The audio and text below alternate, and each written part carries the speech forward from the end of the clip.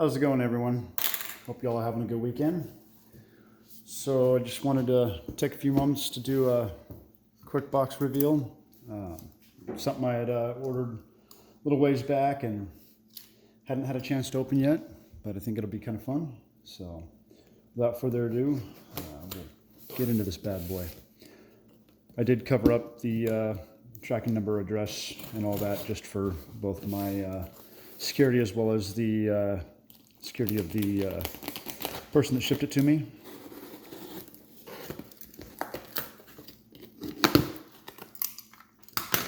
All right, let's see what we got. Well, I know what we got, but you don't know what we got.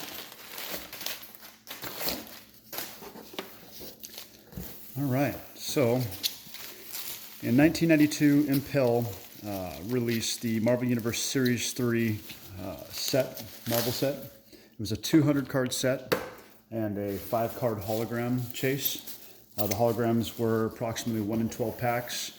That doesn't hold true. I've opened several of the sealed boxes themselves and have pulled 0 out of a box, and I've pulled, I think, 7 out of another box. Or maybe it was 6 or 5. I can't remember. But anyways, it seems like they vary, and I've opened many of these boxes. I have several sealed sets, or excuse me, bindered sets, and then boxes of these extras. So the collector's tin was a special little novelty deal.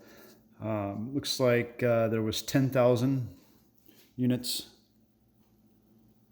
sold, and this is 2,490. So kind of cool. I think the really cool thing about this is the cards inside were very well packaged and very well kept from moisture.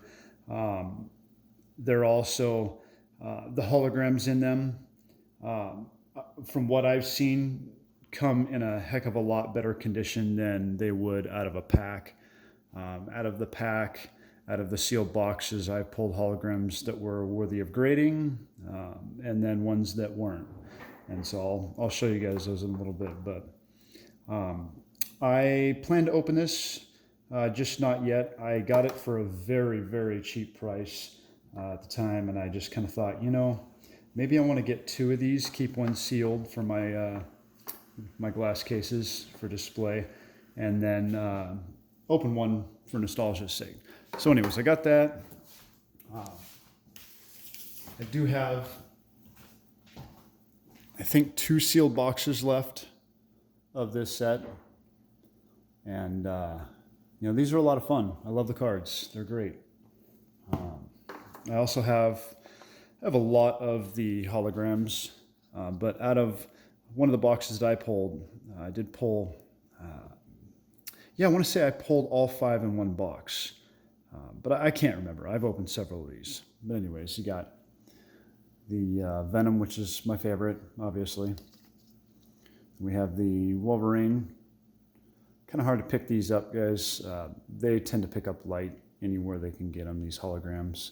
Best way to display these on camera that I've seen is actually to go out on a nice, not too sunny day and get them onto a surface where you won't have reflection on them necessarily, but get just the right lighting. And they display quite nice. I've done some pictures with them. This one we have Thing. Let's see if we can pick that up. Come on, baby.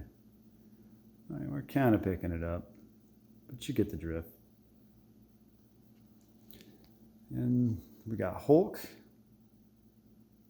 With the green, Hulk picks up pretty nice. And then I have a couple that I'm going to be sending off to get graded. I have the Venom. Hard to see, hard to tell in here, but I also have the Ghost Rider. These both are, well, I'm going to send them in a Beckett, and if they do good, they do good. If they don't, they don't. They look fairly decent. I don't intend to sell them. I just want them for my collection. I'd like to see them in a BGS slab just for the heck of it. And I plan on doing that with the whole set. I just haven't looked over all the ones that I have. And I have more in separate binders and boxes as well. So the hollows here. And let's see if we can get this to look a little better.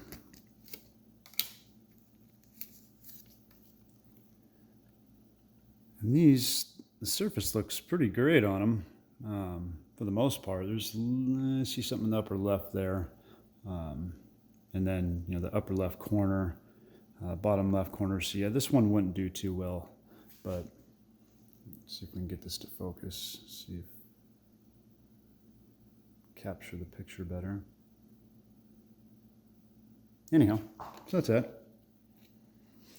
And then, last but not least, I am a binder collector, so I won't bore you with all these, but I do have a couple of full base sets in near mint to mint plus. I picked the best of the best, and you know, I have, gosh, probably 1,500 of these in boxes.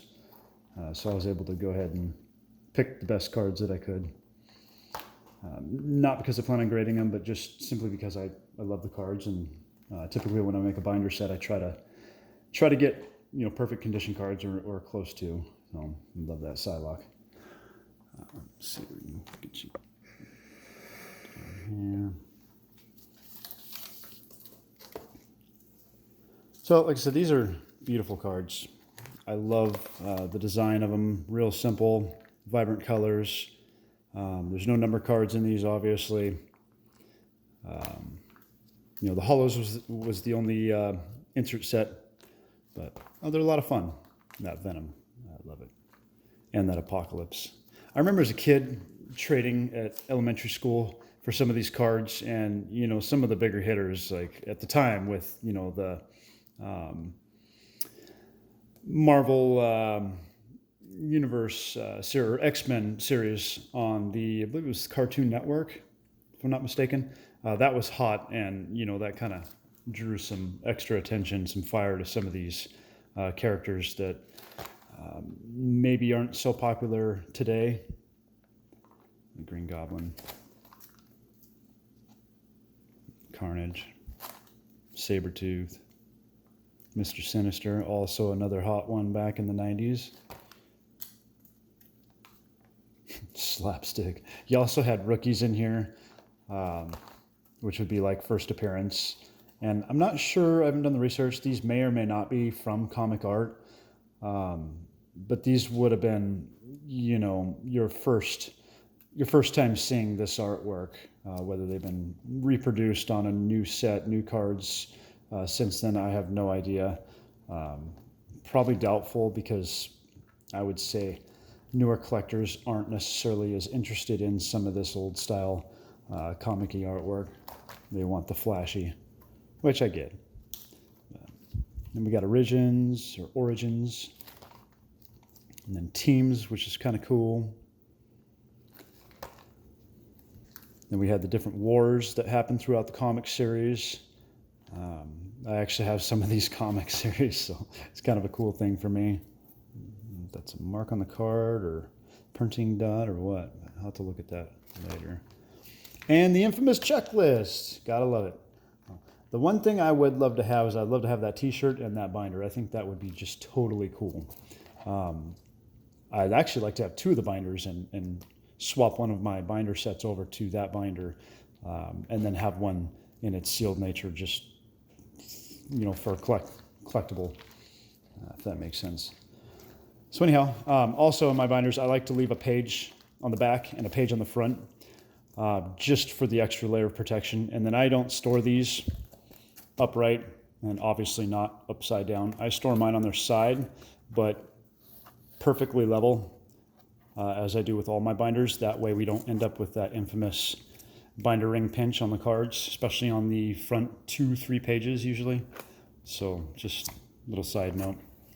And I do have some empty boxes. I plan on actually decorating this with some of the, you know, some of the artwork from the box, just kind of cut it up like I do with all my other newer stuff, and just make it look pretty.